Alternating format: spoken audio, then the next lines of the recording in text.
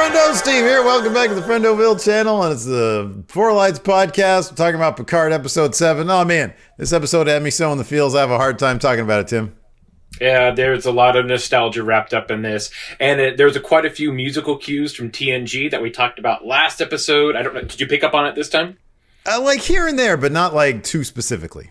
Yeah, it was good. It was just you kind of find out everybody gets fat and old, and you're just like, oh, You know what? That is definitely the theme of this episode. It's basically No Country for Old Men, but not as violent. You know, especially the conversations with Picard and Riker, especially, are very much like, you know what? I love the bits at the end, and we'll get to the bits at the end where they're talking about. You know, what's his new crew like, and Rios pops off on Picard in front of Riker, and all they do is really just chuckle at it. And yeah, definitely thematically it's all about getting old and closure and making peace with the past and the future. I still hate the fact that no one has a perfectly happy ending, and I understand not everything's sunshine and rainbows, but there's just like I said, we'll get into it. So. Yeah, I did have one problem with it, and maybe we'll agree on it. So yeah, a lot happens in this episode, so bear with us. Before we get started, though, Tim, you want to make an announcement about our social media activity? Well, if you call like a chimpanzee at a keyboard social media activity, we have officially launched Twitter. Four Lights Podcast is on Twitter. I'm kind of. Is there any way to change? Is there any way to change? I know I should not be bringing this on the camera. It's okay. Right now. It's at Four Lights 2. Is there any way we can change that to like Real Four Lights Pod or something like that? Okay, I will attempt to do it and try to shift everything over. I don't know how to merge Twitter, so maybe one of your friends want to help me.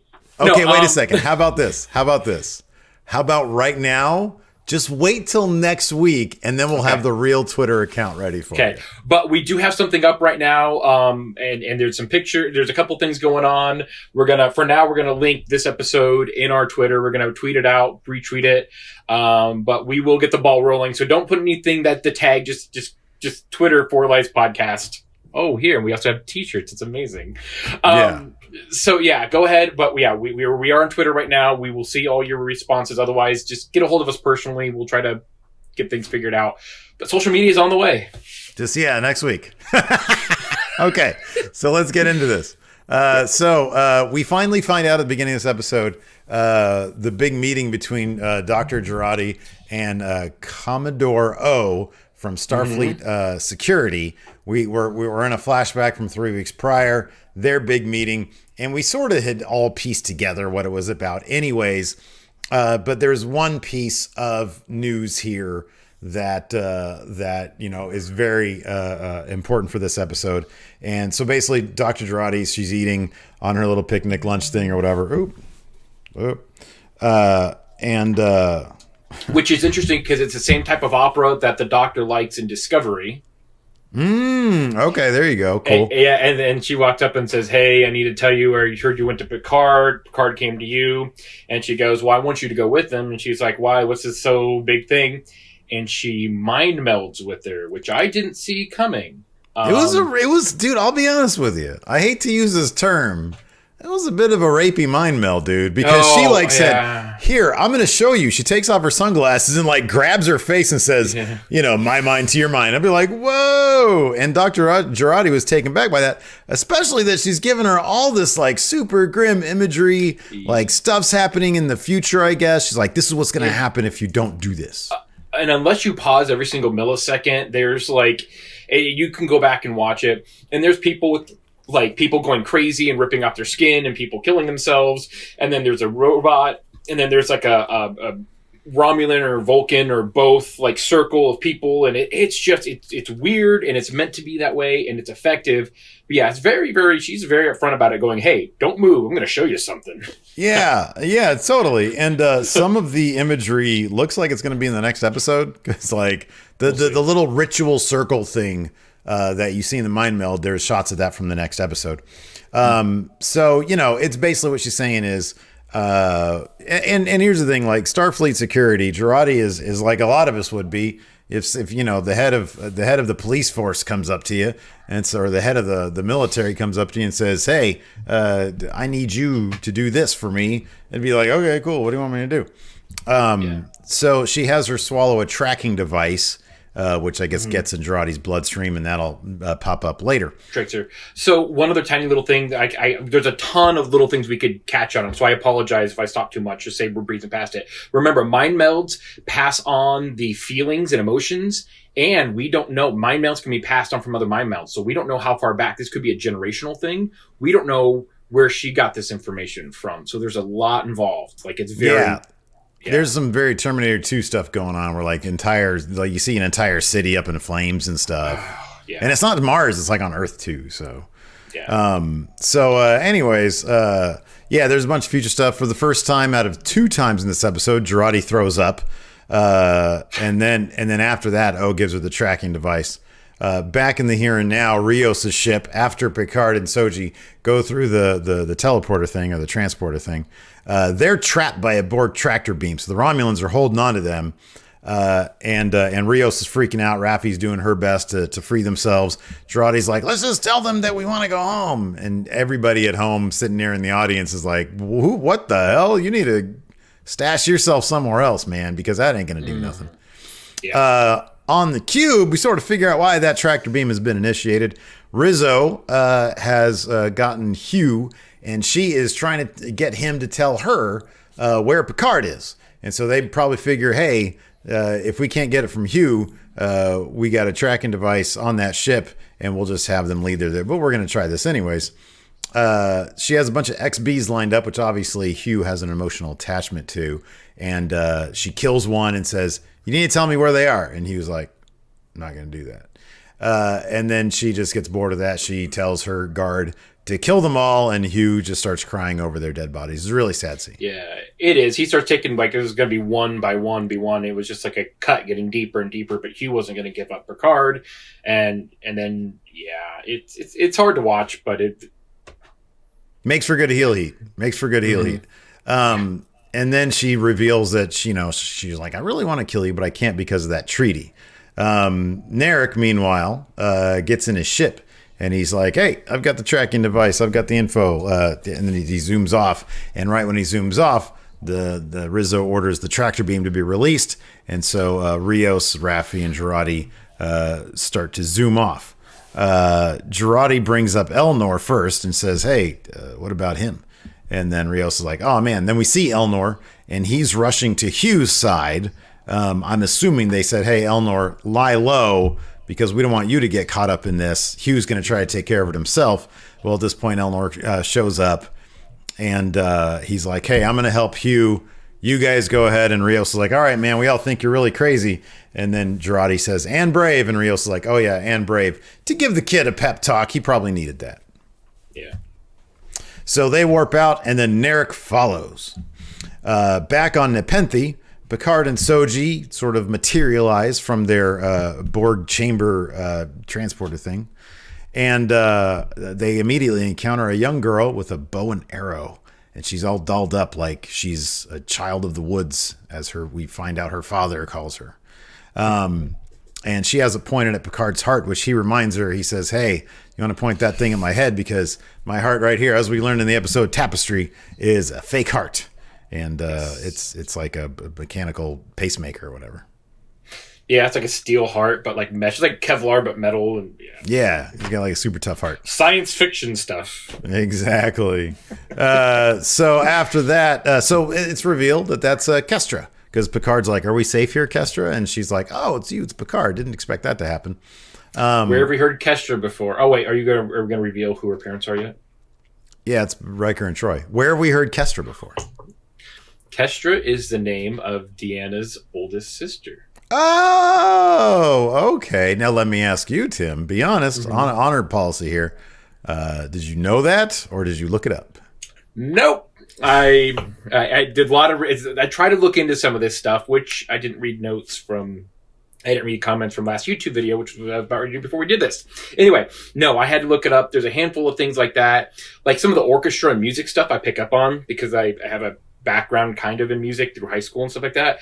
But when it comes to the names, like even the son's name, we find out what happened to him. Like the name sounded familiar, and I'm like, how do I know that? And then I Google, memory. Yeah. I didn't do much research into this episode particularly, so I'm glad you did. Speaking of last week, the First Contact.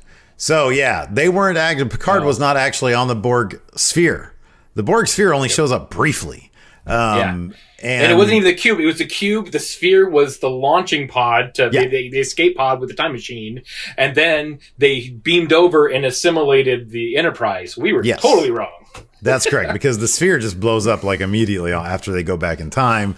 And then, but still, I think I'm going to say this though, man. I think our general point is kind of true. Like that First Contact movie, Picard, yes, was dealing with some PTSD, some obsession stuff. But he was also very swashbucklingly, handling the Borg, and he was very confrontational with them, as opposed to what we saw last week's episode, where he was very timid. Which again, you can totally respect both narratives, but I think our point still has some validity to it. Oh yeah, totally. Kestra leads Picard and Shoji back to her home. But on the way, she's asking Shoji some questions like, what's your deal? And Shoji's still super traumatized right now. And she says, is Picard your dad or your granddad? And she's like, no. And she's like, so Picard, who's your dad? And Picard says, well, your parents have probably told you about Lieutenant Commander Data. And she was like, Data? She was like, oh, so you're an android? And Picard's like, whoopsie. Oh, shouldn't have let that one out the bag. Oh, and by the way, your sister's dead. So like he had to spill the beans a lot right there. It was such an awkward, like you would thought. I mean, I understand that he, worried about his crew and Eleanor being left behind and everything that happened with Hugh. But man, he just totally just dropped the ball on this. And I understand they probably wanted to just, how are we going to get around this moment? Picard just fumbles it while he's talking to a little kid. Yeah, but it also kind of plays into one of the themes of the episode, which is Picard coming to the realization that he has a completely foreign situation on his hands, as Riker eloquently puts it, more or less a teenager. And he stumbles a couple times, and this is most definitely the first one, and it mirrors that very first episode with Daj, when he sits her down and he's like, oh, I've got great news for you. You're 3 years old and you're the daughter of an android, and by the way, you're an android. And so that's still where he's coming from, because he hasn't really had time to sit and think about what approach to take with this kind of stuff. And so, he lets it all out of the bag. He says, your memories, they're all real to you. And he thinks that's enough, but it really isn't. And Troy really gets that point across to him later on. He's like, look, your memories, they're all real, and your sister is real. Because Soji's like, I don't know what's real anymore. Is this real? I'm not real. I'm 3 years old. My family, their lies. My sister's lie. And he's like, no, Daj is not a lie. She was an android too. And oh yeah, she's dead also. I'm really sorry about that. She was an android too. Yeah. So it's a lot for Shoji to take in. Mm-hmm. And then let's see here. And Shoji at that point's in denial. She's like, yeah, whatever you get, whatever. I'm just going along for the ride because I have no idea if this is real or not. So they get to the house, and Troy comes out. Nice house, by the way. It's a beautiful nice house. Yeah. Beautiful house. She gives Picard a huge hug and says, you're in trouble. How bad is it? And he says something like bad enough, I think. And then she sort of observes also, there's also the sort of underlying sickness thing that he has. And she gives him one of those hugs like, I really don't want you to die. And he's like trying to say, I'm okay. Everything's going to be fine. So it's like one of those hugs like it's for the last time. And that was, all that stuff is just so good. It's so fun to watch. Oh, yeah. Yeah. This next part's even better. So Troy meets Shoji. They say hi. Riker, of course, is in the kitchen listening to some jazz, some light jazz. Listen to jazz. It was so good. And he's shredding up some like mozzarella or whatever. And, we get the bit from the trailer that we've all seen where Kestra says, Dad, and he's like, stop yelling. And she says, but it's Jean-Luc Picard. So he goes and he looks outside and he doesn't see him. And he say, what did you say? And then you hear, hello, Will. And his reaction, Riker's reaction was he's like, oh man, this is great. And it was so legitimate. It was so real that he was so overwhelmingly happy to see Picard and vice versa. It was a beautiful. All of their moments are so beautiful in this. Them episode. together, their one-on-one conversations are perfect. You can watch them over. Like the second time, and I'm like, man, I have to go back and just watch this stuff because it's a really heavy episode. There's a lot. It's a dense episode. There's a lot that goes on. Yeah. His reaction would probably be, I can imagine, be your reaction meeting Vampiro again. So moving on, Riker then does something kind of cool. He's like, "Oh man, I can tell you're in hiding. You're here to chill out." He's like, "Shields up," and then he's like, "Yeah, we're dealing with Romulans too." And he's like, "All right, anti-cloaking device up." And you see all these like light stuff happens outside the house. So he's like Google or Alexa. That's just turning exactly. Although, yeah. I do understand it's not the Enterprise's ship because the Enterprise's ship was done by the voice was done by Major Roddenberry's Roddenberry's wife / Deanna's mom, but which would be kind of cool if they had some like a little shout out to that. But yeah, it was pretty cool that he just has that voice automated like he had Enterprise. So yeah, no, that was cool stuff. And then Riker also has a little "I told you so" moment. He says, when you went off to go save the Romulans, what did I say? And Picard repeats back his words, and he says, "You'll be up to your ass in Romulans if you do this for the rest of your life." And so Riker gets a little "I told you so" moment. Let's see here. Oh, you're gonna play Shields. Troy comes in and basically says, there are some obvious things going on here. She's very traumatized. She's confused. She's lonely. But I can't read her. And so everybody sort of knows at that point, she's probably an android. Yeah. The other thing, though, I didn't kind of like her Beta Z side, like when she's so emotional on TNG, and she like when she's there and she's in the scene, she's always one to feel the room. When in this one, I didn't quite feel that. Like she has that, okay, I'm so used to my daughter, I'm so used to my husband. I thought she would have read more from Picard and that she would have hinted more at it, and she didn't hint at it, which I thought was a little bit uncharacteristic. But she's retired, so I don't know where, it's probably one of those things where she's just but also in the for a lot of this series, she was kind of useless anyways. I mean, she'd be like, I feel like somebody doesn't want to get us. I feel like somebody wants to kill us, and it's a dude standing there with a gun. Like, and then people are like, Guinan was a better counselor than Troy. Yeah, dude, seriously. Like, she was a bit on the overrated side. Let's not kid ourselves. So anyways, Girardi then is like, she's like putting up a stink. She's on the ship. She's putting up a stink. She's like, I just want to go home. I don't care about the synth anymore. I don't want to, Picard will deal with it. Do we still want to do this? And Rios is like, look, they paid. They're paying customers. You're along for the ride. And Rafi's giving her some shit. She's like, I remember when you first showed up, you were all gung-ho about this stuff. And now you just want to, tuck your tail and run. And Girardi's like, bah! So Rios is like, listen. And so he just tells Rafi, hey, go help her out. I think that's at that point. I could be wrong about that. There's a lot going on. Yeah, where she was just like, hey, yeah, let's go make you feel better. Yeah. And so you're like, let's go make it feel better. We don't know what it's going to entail.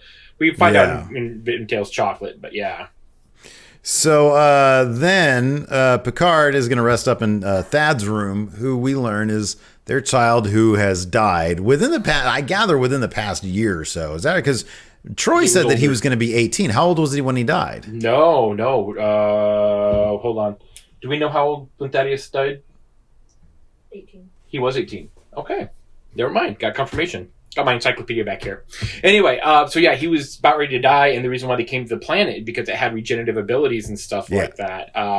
But Thaddeus, the reason why they named him Thaddeus, or we can lead to assume, I was going to tell you this too, is the name of Riker's ancestor that fought during the Civil War. Oh, okay, yeah. Ooh, that's a good one. All right. That's a deep cut. That's a really deep cut. Yeah, but I remember that name. Mm-hmm. Okay, so after that, and yeah, we find out also sort of a running theme throughout this is that Thaddeus was a bit of a linguistic prodigy of sorts. Mm-hmm. How he, the way Troy explains it later is being that he was born on and grew up on spaceships, he developed a fascination with the concept of a homeworld, which is very apropos for Soji's story. And so he would invent languages for these imaginary homeworlds, and he invented like 11 different languages. Yeah. And one of them one is specific Vivine. One. Yeah, that they use. And that's Vivine. And so there's all sorts of like, sort of gibberish words that they're throwing around throughout this. But anyway, Soji and Kestra chat as Soji's getting out of the shower. Kestra is absolutely fascinated by Soji, and she starts talking about Data, about how it was always his desire to be human, because she's sort of quizzing Soji. She's like, so do you have mucus? Do you bleed? She's like, yeah, of course. And she's like, I guess that's how Data would have wanted it. And she was like, well, if Data was an android, why would he want that? He was like, and she's saying, well, Data always wanted to be a human. He wanted to do that stuff. He wanted to feel. He wanted to dream. He wanted to bleed. And so, of course, he'd make his child in that image. And so... I think her amazement, Kestra's amazement with Soji, really played off. The actress they got to play her was so well, because she was so like, I like her. Oh, you well, Data, but you're the next Data. You're the picture. Like what can't you do? Her mind just activates and she starts spinning and talking, and and something like a child that's really, really interested in a specific topic would talk to you and would play it off very, very well. And her knowledge about Data and saying, oh yeah, because you had the best captain in the universe, which is Captain Picard, and then you had Riker, and then you had Troy, and then you had Data, and she knows these stories because they were probably the bedtime stories she had, and so she knows all this. And then all of a sudden, Data's gone, but now a sibling or a better version of Data. This is amazing. So her fandom and geeking out was very, very well done. Yeah, her fascination with all the stories that we grew up watching on TV really plays into it. And, like you said, you mentioned that she mentions to Soji that Riker had told her that Picard was the greatest captain ever in Starfleet, a point that's brought up a little bit later. But before that, who told you that? What's that? Yeah, that was great. I must have been drinking. Rios and Rafi are trying to shake Narek. They go into warp and drop out, thinking Narek would then sling past them, and then Rios will chart a new route to Nepenthe.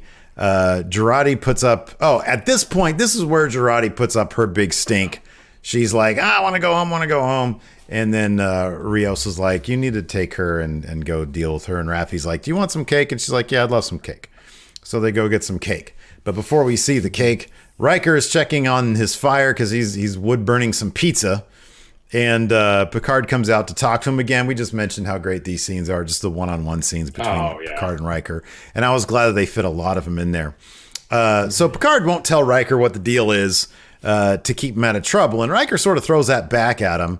And he's like, this is Captain Picard that we know, the arrogant Captain Picard, who will be the one who determines who gets to risk themselves and who doesn't. And it inevitably turns to being on his shoulders. And before he can sort of continue his line of thought, Soji and Kestra swing by. Kestra mentions there's two things that are sort of noted here by Riker. Kestra mentions that Soji read one of the language dictionaries, the Vivine one, in minutes.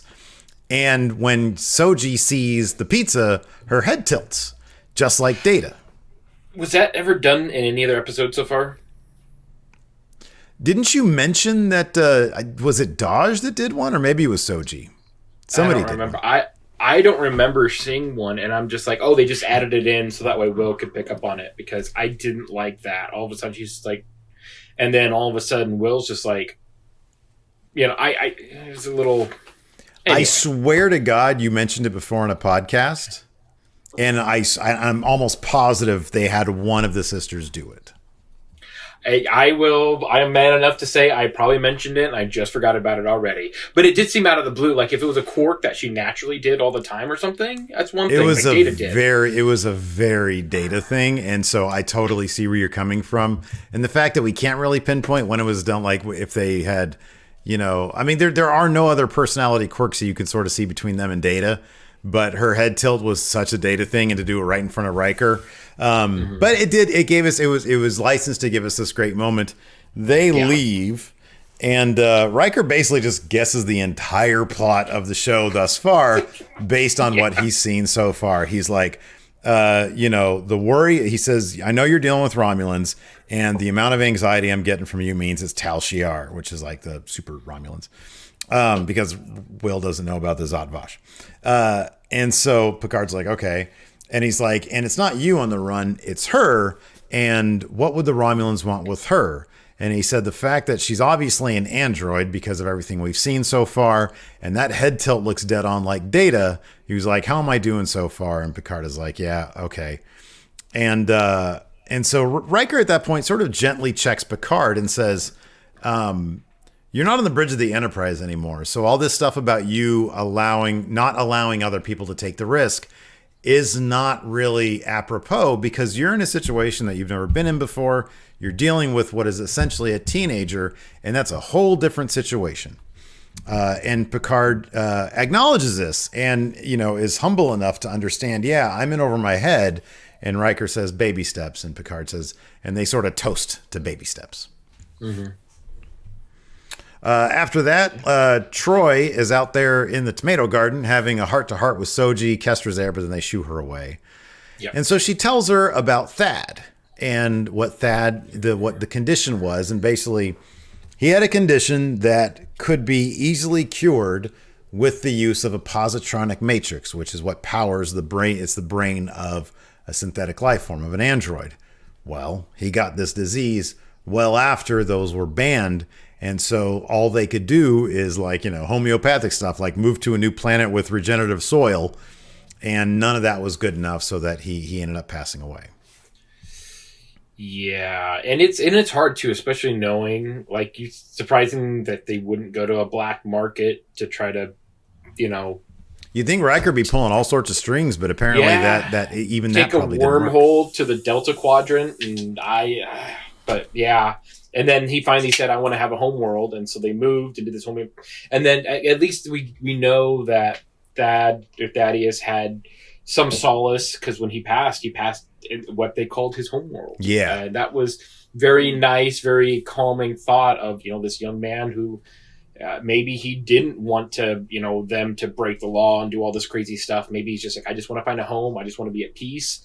And they seem to be okay with it. But it still sucks to find out that Riker and Troy, even though they do have a kid and they are happy, they didn't have the exact happy ending that we were hoping for, which goes hey, that's just reflective of reality, I think, in some ways. It's like Hugh dying and just... Yeah, Hugh dying kind of made me mad. I'll be honest with you. I wasn't huge on Hugh dying. We'll get to that in a bit. Anyways, I don't think he's dead, though.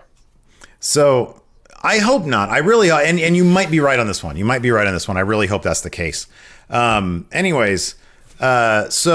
at this point, Troy is being very motherly towards Shoji and being very trustworthy, to the point where it just throws Shoji off. She's like, look, you're being too warm. You're being too caring. I don't trust you anymore. I don't even know if this is real. She's like, you bring me to this great place. You feed me all this great food. You're very nice to me. And I just feel like, and then Picard rolls up and he's being kind of a dick. He's like, I hate this part. This is the only gripe I have about the episode, besides everybody having a bad... My dad, who passed away, he's like, they don't know how to write any good stories anymore because no one can have a happy ending. I can get away with that. This, though, he rolls up and it's so uncharacteristic and such a jerk. This is the one downside about the whole entire episode, in my opinion. This is the one stain on it. So I kind of feel like the episode needed something like... One thing we have to understand is that we have to understand what Picard was never good with kids in the first place. He was never good with kids. He's been awake for God knows how long, and he's like in Star Trek years, he's like 90 years old. So he's amongst his closest possible friends.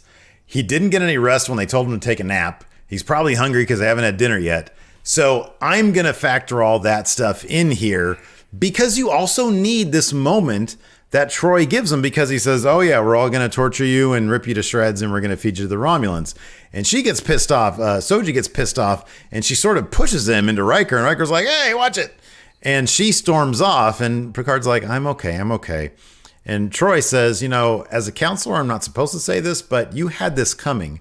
And she completely turns Picard around and says, hey, look, man, this girl has no confidence in herself, in reality. Her entire life has been turned upside down. Her entire existence has been violated. You need to be the compassionate, patient, curious Picard that, we knew on the Enterprise. And Picard is like, yeah, you're right. I messed up. So it's a fallible character, and he's human, and that stuff is going to happen. I have an Undertaker Pez dispenser right here. And that stuff is going to happen. But I get your point, because it was. I have a Claptrap bottle opener, so nice. It was. I'll say this. I think you're right in that it was sort of out of character with what we've seen so far. Although he has checked like Elnor, like his favorite little boy. He's, I told you not to take that guy's head off. But with her, it was just so random. He just walks up and starts oh yeah, I'm going to be sarcastic with you, even though I totally did a jerk move a couple seconds ago and told you that you were an android. It was just so many small things, and it led to that. And you're just like, what the? Okay, calm down. Yeah. It kind of feels like it's coming from. I mean, having dealt with as many teenagers as I've had, and with my Empire stepchildren, and even with Alabama, who's only 5. Losing patience and doing things that you regret in terms, literally yesterday, Alabama was doing her letters, and she was doing such a great job. And I said, okay, let's sound out this word. And she looked at the picture, and it was a house, but the word was hut, because they're really simple words. And I said, okay, we'll sound out this word. She's like, no. And I'm like, it's hut. And she just started bawling her eyes out. And I'm like, you know what? I need to let her figure this stuff out on her own time, in her own way. Didn't mean to make her cry. And so I think, to me as a parent, I kind of sort of related to it. But in terms of what we've seen from the character so far, it did seem a little bit out of left field. So I can take your point totally. Yeah. Plus, your teenagers, you try to feed them mega stuffed Oreos and stuff. So. Yeah. So then, let's see here. Troy, yeah. So Troy gives, what's great is that right here, I put Troy gives Jael a bit of a pep talk. I used Jael just like Rafi. You're a monster. I knew what it was too. I'm reading the notes and I see it. It says Jael, because that's the great thing is then she says you had it coming, and Riker says, "Hey Imzadi, that's crossing a line." He called her Imzadi at that point when out of a little bit of anger he says Imzadi. I'm like, I thought you only did that when you did sex and stuff. You know what that means, right?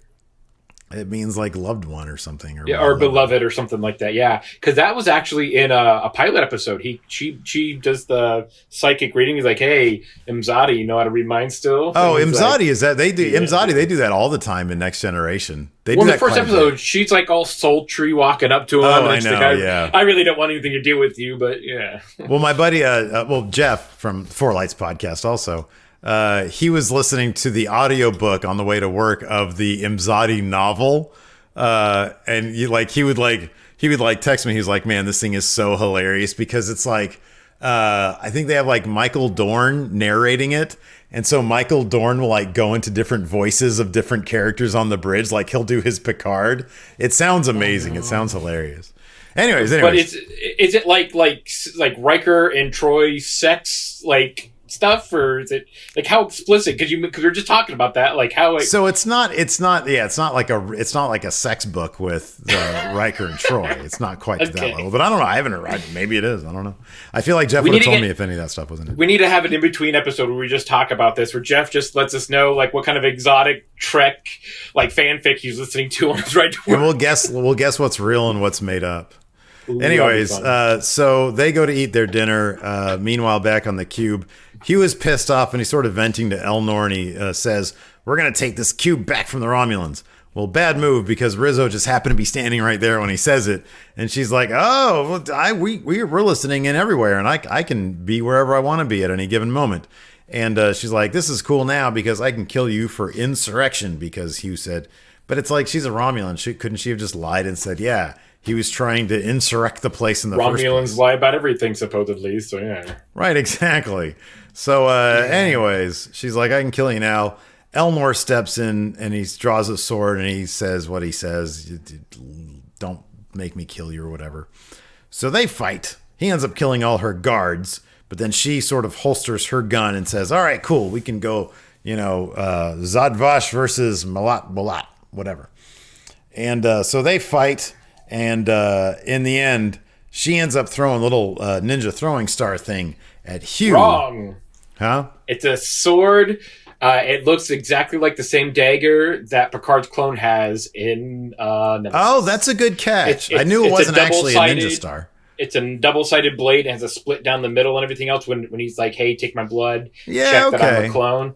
That's what and she throws it right in Hugh's neck, and it's one of those like the blade's in his hand. He goes, type like moments. Hugh. Yeah, I know exactly. Like Hugh, why weren't you just behind a box somewhere, or like get a gun and try to help out Elnor? Yeah. So he gets a knife in the neck, and then something else happens. Well, yeah, no, and then Elnor tries to throw one back at her, and she beams out in the fastest teleportation I've ever seen. It was like,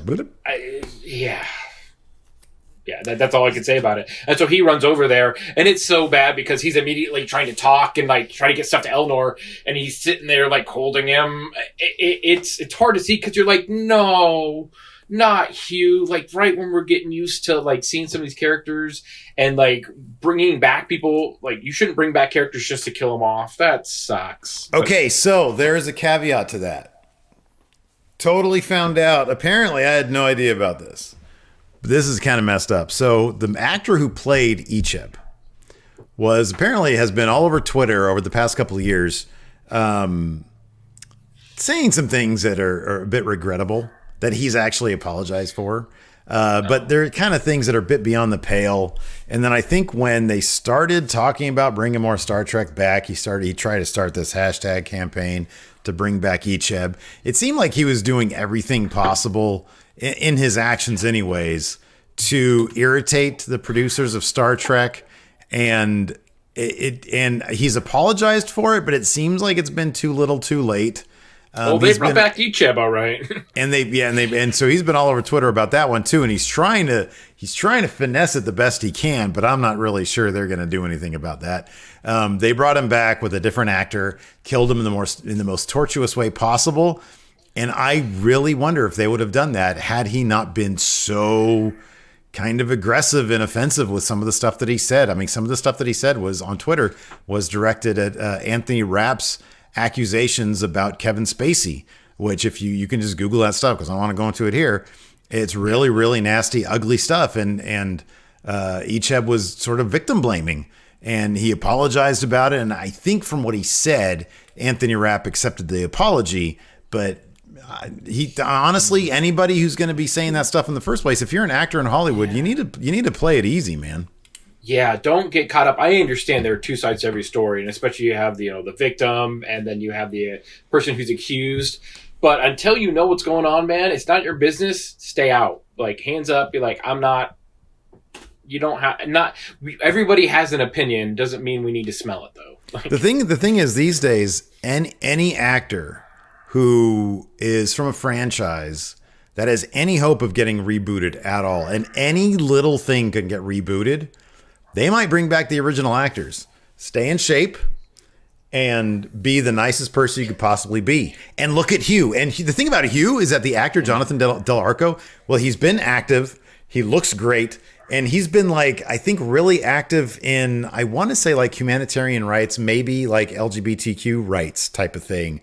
And he has a really super great track record. And look what they did. They brought him back and they killed him back and then they killed him off in 2 episodes. But still, I hope that he's not dead. I really hope that he's not dead. And one thing that the Star Trek producers are going to have to realize is there are going to be some fan favorites that they're not going to realize until well after it's shot, well after it's produced, and then after it comes out. And these are actors and characters that people might clamor for and want them to bring back. And so you can't go past a certain point of no return. Firefly is such a great example of Fox mishandling a franchise. And then, have you seen all of Firefly? No, I haven't seen any of it, but I know the story. Oh, the space western! It's such. We just actually, let's just finished it. It's so good. And then they brought out in wrong episodes, and if you watch it chronologically, it makes perfect sense. And then a couple years later, they finally got Joss Whedon and everybody back on board to make a movie, and they ended it. But if they wanted to go back and tell more Chronicle stories, obviously it would be hard because we're talking several years old. I think a couple of the cast members are dead. This one, Preacher's dead, right? Anyway, somebody passed away, I believe, in the cast, and it really sucks. And then obviously, if you've seen Serenity, the movie, you know what happens. But you're right; they could totally bring it back, and it could be big, and yeah, just be cool. If I don't know if he's been active on like the Trek, like cruises or the convention circuit. Oh yeah. But like the Icheb actor in particular, because of his comments. But those things are very popular. Like there's pictures coming out of the cruise right now where all those actors, man, they keep in good standing. Then they'll be brought back for that stuff, and you can make a ton of money doing that stuff. So, anyways, Hugh in his dying moments, he tells Elnor, "You need an XB to like activate the chamber or something." I don't know what it was. Yeah, I couldn't understand. To get into the Queen. Basically, I think it's to get into the Queen's chamber. That's what I thought. That's what I thought. So, and then hopefully not, but it seems like he dies. He did. After that, cake is happening with Rafi and Girardi and some milk, and they have a heart-to-heart. Yeah. Red velvet cake, which is actually my wife's favorite. Red velvet's great. I love red velvet. For anniversary, we got Cheesecake Factory red velvet cheesecake shipped to us. It was very expensive, but very good. So, yeah, red velvet. It's good stuff. I like red velvet. So they are having a heart-to-heart, and she's like, "Rafi, you're such a good person." And Rafi is very nervous, and so she's sort of just stumbling over her words, talking about herself. And then Girardi, for the second time this episode, vomits after breaking out in some cries. And then Rafi is like really selling it well. She's like, "That's what happens. Somebody else vomits. You smell it immediately, and it's disgusting." And so she's like, "Hey, we have an emergency hospitality situation right now, and the damn android doesn't show, or the damn AI doesn't show up." The EMH. She's sitting there. She's going, because she's holding about it to throw up back too. Yeah. It's pizza time now at the Rikers. Picard's talking about what his contingency plan is right now because the crew still hasn't gotten in contact with him. He's thinking of maybe getting a ship. Kestra mentions a Captain Crandall that she's been in contact with who has a ship, and apparently he's a mess of a person because Riker basically says that. I looked up to see if there's any reference to Captain Crandall before this, and that's just so. I wonder if it's one of the writers' like friends or something, or producers' friends. They're very specific with this name, Rupert Crandall. But I'd like to know more about him. Shoji talks about her dream, and she starts to indicate where she's from, and everybody's like open ears, and then she like shuts down, and Picard at that point is really able to make a good case. He really, has a heart-to-heart with her and says, until your sister came along, I was doing nothing. I was just waiting for time to pass. And I found with her a mission. And essentially, long story short, I can be trusted. You can trust me. And he says it in a very eloquent way. And it's basically about finding purpose. And that's, again, thematically what the episode's kind of about is like, being at peace with your past, but also finding a renewed purpose for your life when you get older. And then finally, Shoji sort of understands, I can trust them, tells them what she saw and what happened, the blood moons and the electrical storms. And Riker starts saying, okay, so this is what we got to do. We got to contact Starfleet. We got to because the Romulans are going to be on their way there. We got to do this. We got to figure out this planet. So let's contact this person, that person. And Kester's just like, it's this planet. It doesn't have a name, but it's got a number and it's in the something system. And she's like, see, Captain Crandall helped me out. Riker needs to be talking to this Captain Crandall. Like, why are you immediately texting my 10-year-old daughter? She's under the table with like this Omni with her iPhone, her iPhone just like, I'm like, what kind of weirdo Captain? I mean, it could be one of those things though, where like you talk to a kid, you tell him stories just to freak him out. I mean, it could be one of those things. It's fairly innocuous, but Oh yeah.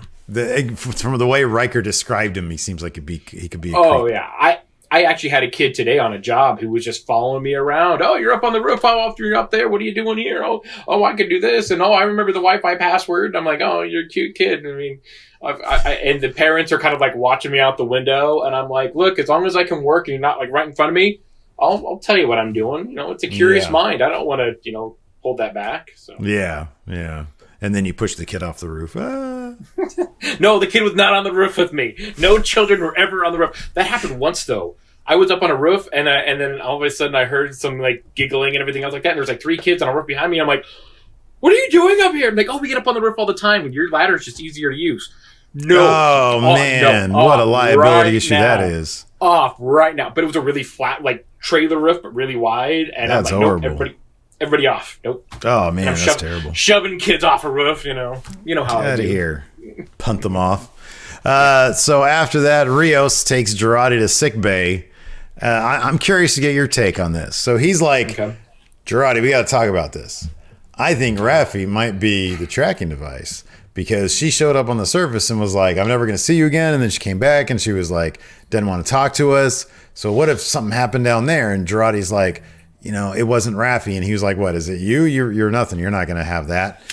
Was he sort of playing this like both ways? Was he telling her that he thinks it's Rafi because he knows it's Girardi?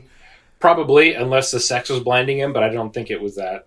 I sort of gathered that he was being either the writing was bad here or he was sort of playing it the other way. Like, I think he was playing it the other way.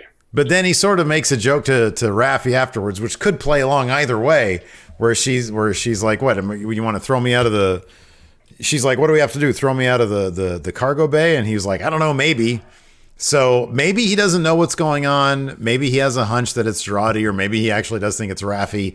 I sort of have faith in Rios that he's smarter than just to sit down Girardi, who's clearly a mess, and is going to confide in her what his thoughts are on Rafi. So I kind of feel like he was just trying to butter her up to get her to say something.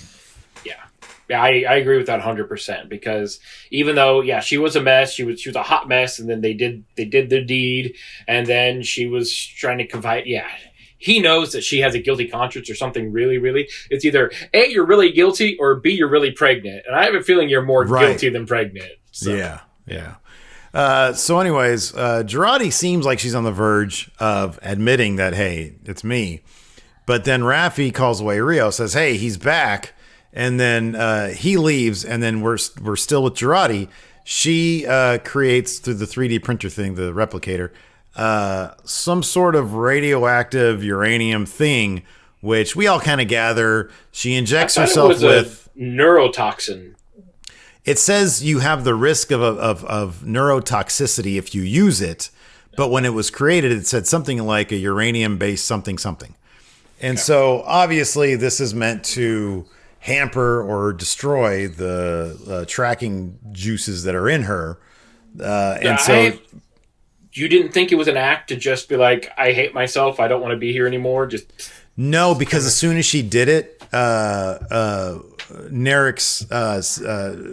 light indicator thing left. So he couldn't track them anymore. It did leave. I have a feeling though it could have it might have been a coin flip to like it could kill her, or unless it was based like on her consciousness or a heartbeat or something. But she did something that she knew would stop it and did it, and she didn't care the consequences. Really, right. It comes down to and so she falls into a coma. The emergency medical hologram shows up. They're kind of useless.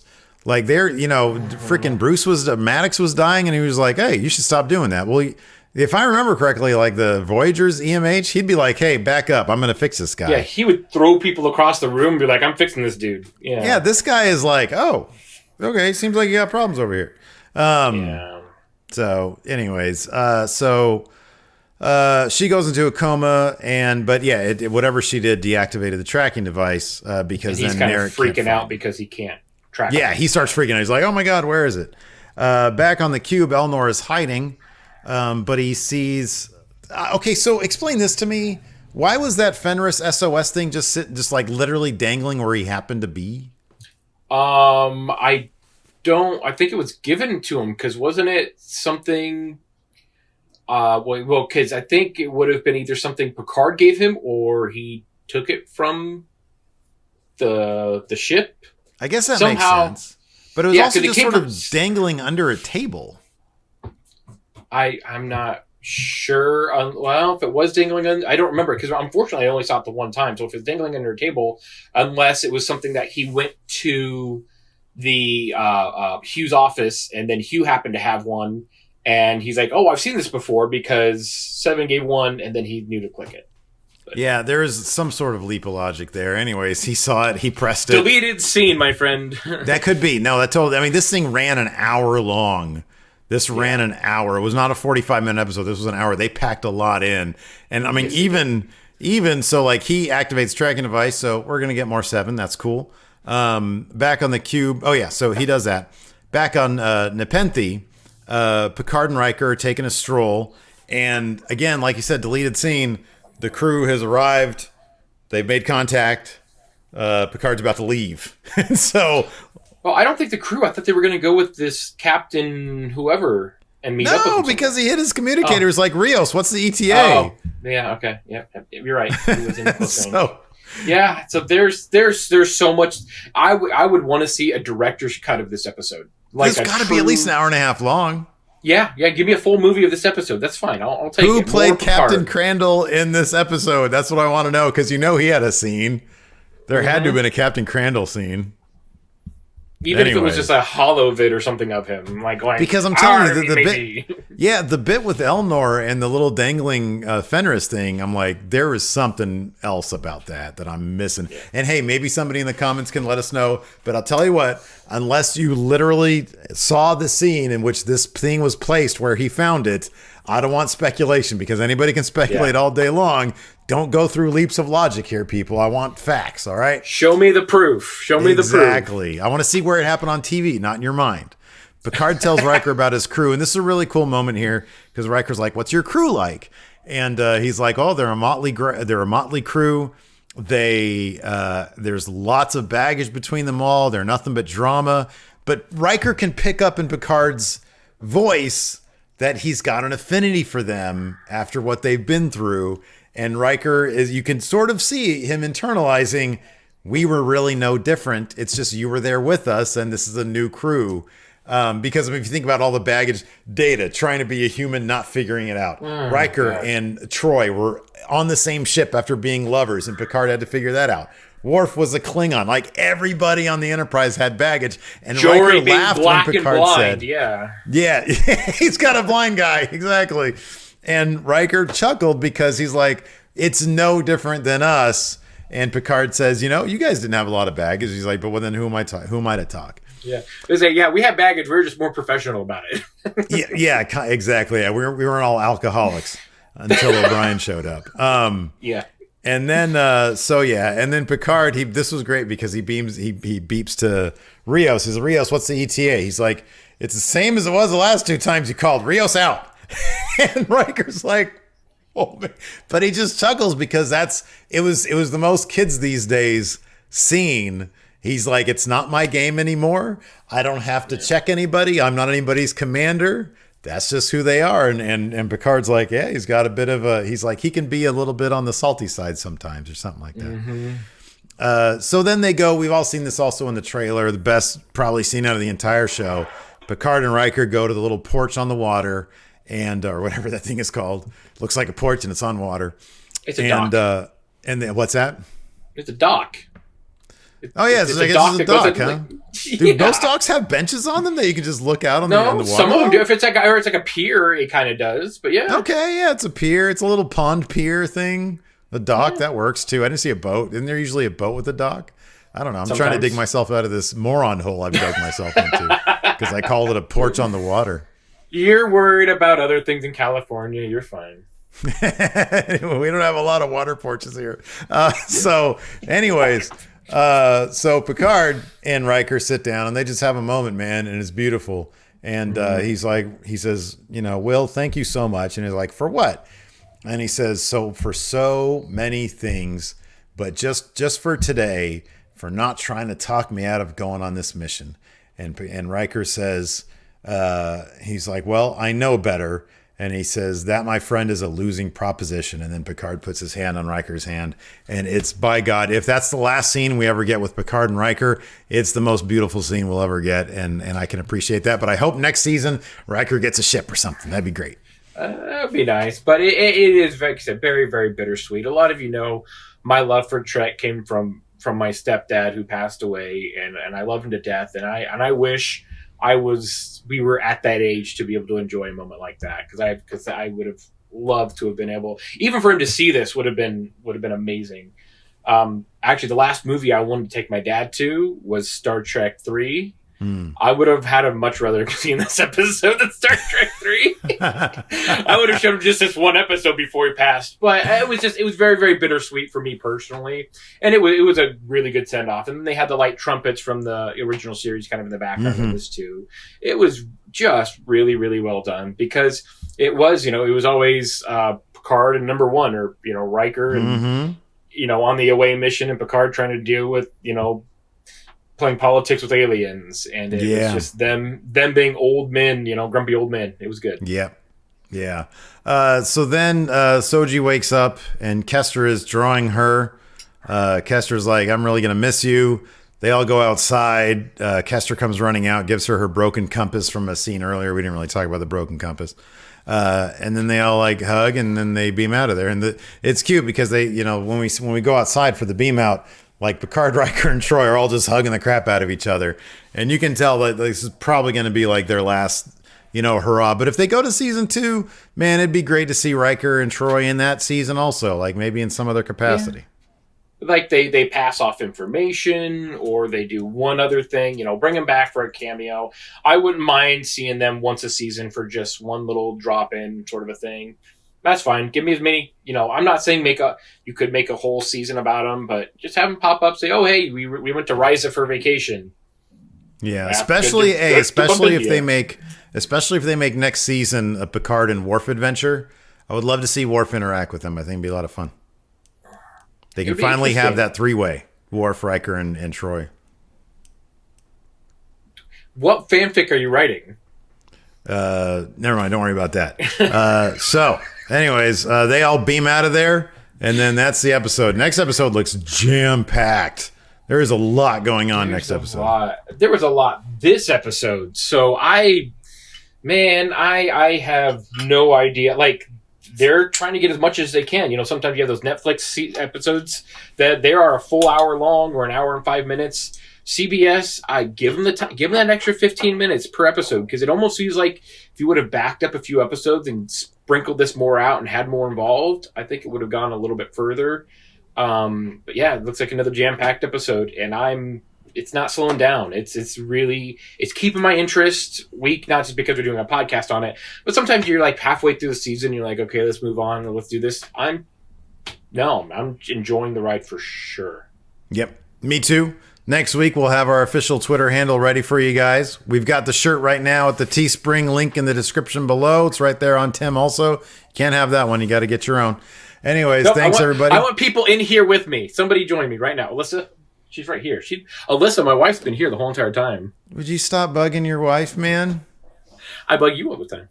Yeah, I know. It's bad enough. I couldn't imagine living with you. Anyways, Tim, thanks for being with me. What do you got? What are you drinking there, man? Drinking some milk again, man. 11% alcohol. These things are amazing. If New Holland Brewing Company wants to sponsor us, that'd be amazing. But that'd be good. All right. Anyway, or just send Tim a 6-pack. That'd be good enough. Thanks, everybody. 6-pack. What's that? Well, no, 6-pack. I actually only drink 4 of these a week because they're, like I said, 11%. They're pretty beefy. So. All right. Thanks, everybody, for tuning in. We appreciate it. Till next time, we'll talk to you later. Goodbye.